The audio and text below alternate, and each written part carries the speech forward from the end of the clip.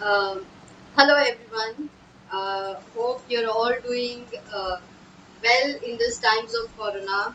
And I'm just hoping that this pandemic gets over soon and that we all start leading our lives normally. So I would like to begin this live FB session by thanking all the people who have been a part of my beautiful journey at Visamo. So the first person I would like to thank is Miss Manjula Pooja Shroff for initiating this project. Secondly, I would like to thank the teaching staff at Visamo for always guiding us in our academics, Ami ma'am and Anuja ma'am. Thank you for being there for us. I would like to thank our Grumatas, Neeru Didi, Urmila Didi, Meena Didi, Alka Didi for always being there for us whenever we needed them, be it midnight or be it any time of the day.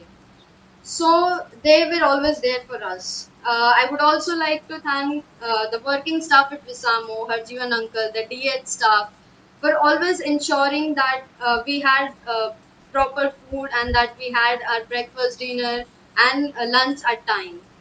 Harjivan Uncle for ensuring cleanliness and in Visamo.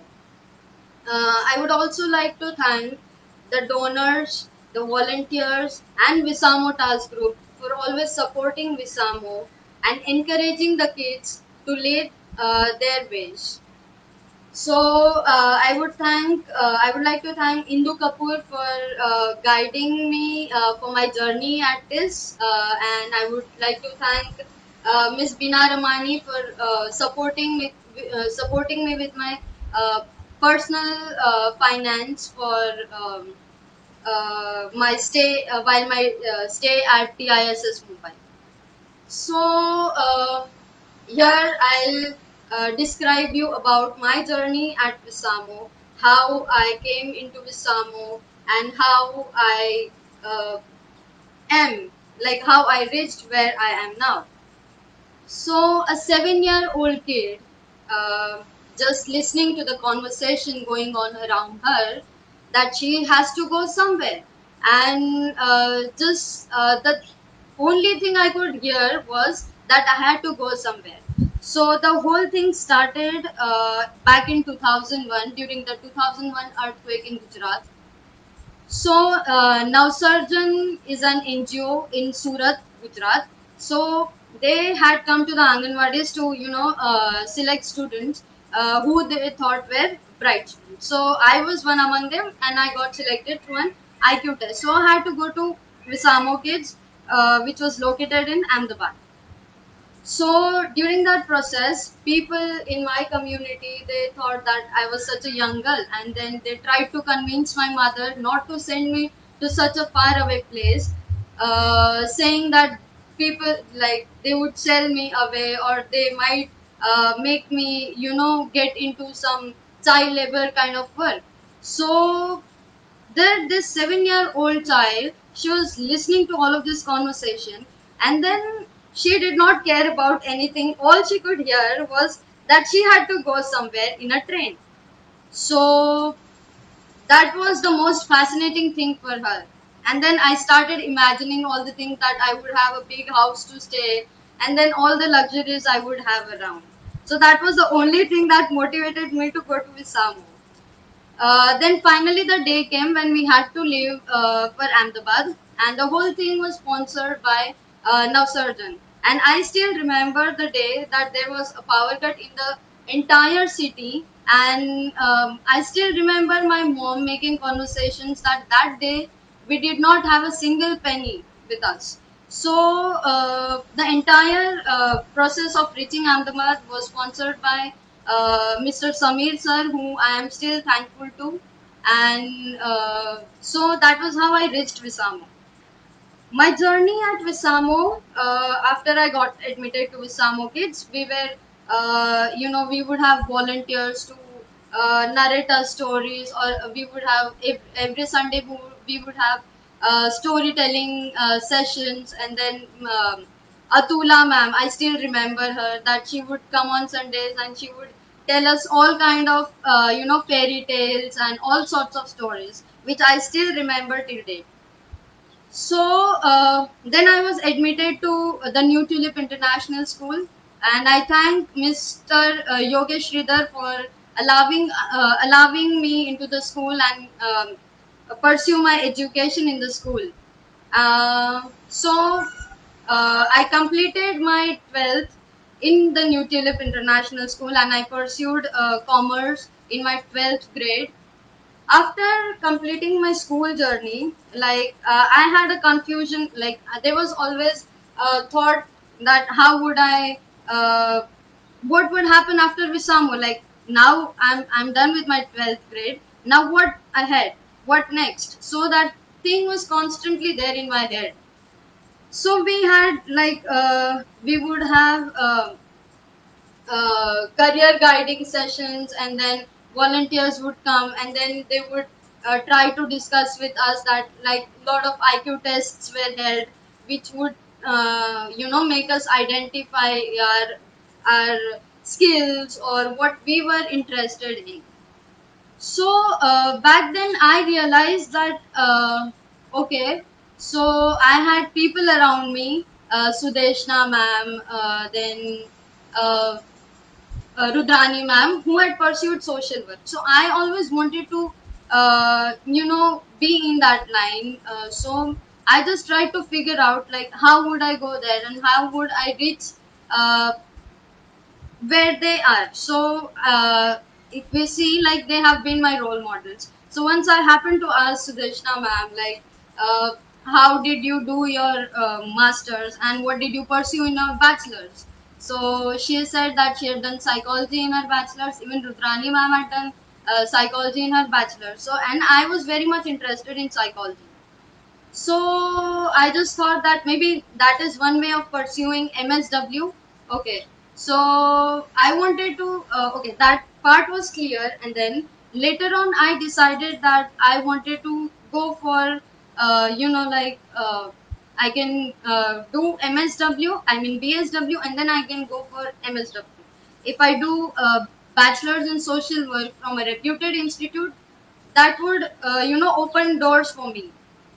So, but then, so I gave an entrance test for Maharaja Sayaji Rao University, which is located in Baroda.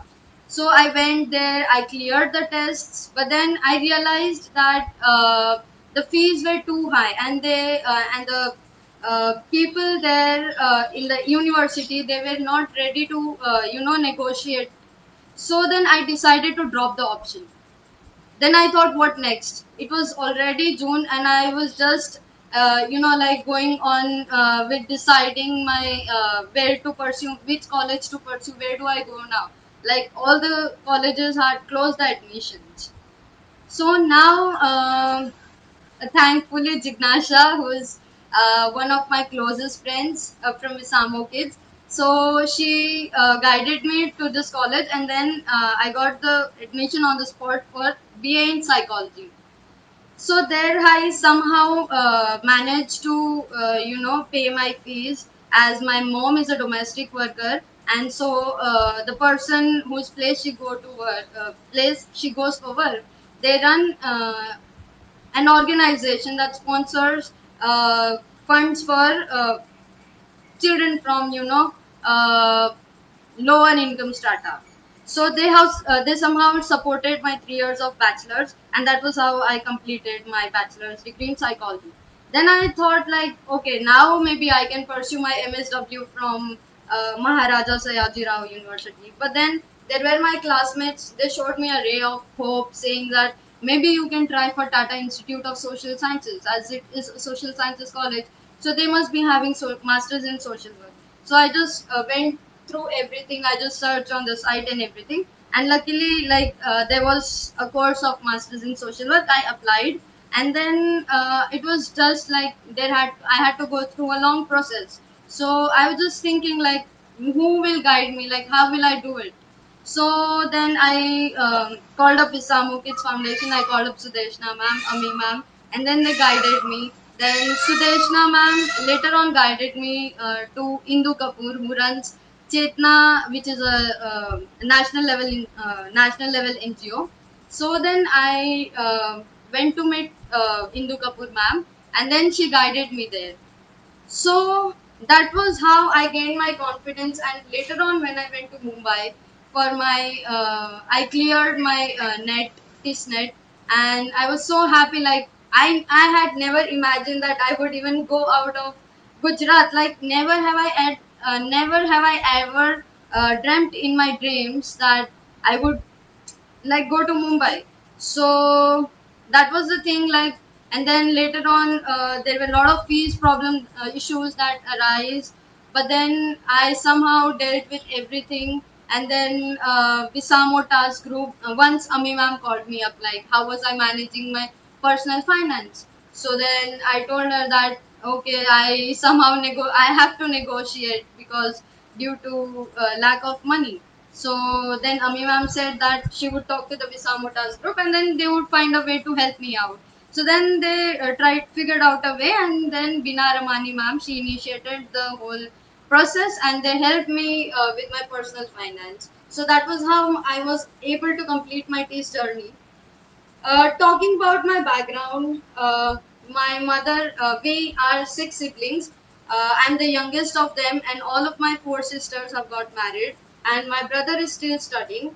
My father's a driver, he doesn't work for now as he's suffering from TB, and the whole entire family is run by my mother. So, my mother has always been an inspiration for me, and she is the rock, she is the pillar of my life. She gives me strength to move on in my life, and I mean, I'm just thankful to God for just giving me birth, like in her womb, and then making me come from this background.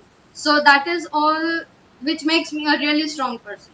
So things, what I would like to share about what I learned from Visamo. So first thing that I learned from Visamo was to be thankful for whatever you have, because I still remember Ami ma'am saying that like whenever we would throw rants at saying कि આજે તો જમવાનું સારું નથી બન્યું એમ. So she would always tell us that just be thankful to God for whatever you are having. There are people who do not have access to these things, not even a meal per day. Okay, so that was one thing that I learned to value things that I have. Secondly, Visamo taught me to dream. I mean, if I for now I'm working as a social worker. I finally got my job and I'm working as a social worker. So now when I go on the field and I talk to people, I just realize that I mean, there's nobody to tell them to at least have dreams. Like you can dream, you can work, or you can go beyond this. There's nobody to tell them that. So Visamo always taught me to dream. Third thing I learned from Visamo is that okay, not learned. I'll say that I what I got from Visamo was a beautiful group of people, and a support system that I got from Visamo. Be it Ami ma'am, be it Sudeshna ma'am, be it the Grumatas, be it my friends without whom this Visamo journey would have completely been unimaginable. I cannot imagine my test, I mean, Visamo Kids journey without my friends. So, yeah, thank you everyone for always being there with me and supporting me in my uh, journey till here. And please forgive me if I forget to mention anybody's name. So, yeah, with this, I would like to end up with my live session. Thank you so much.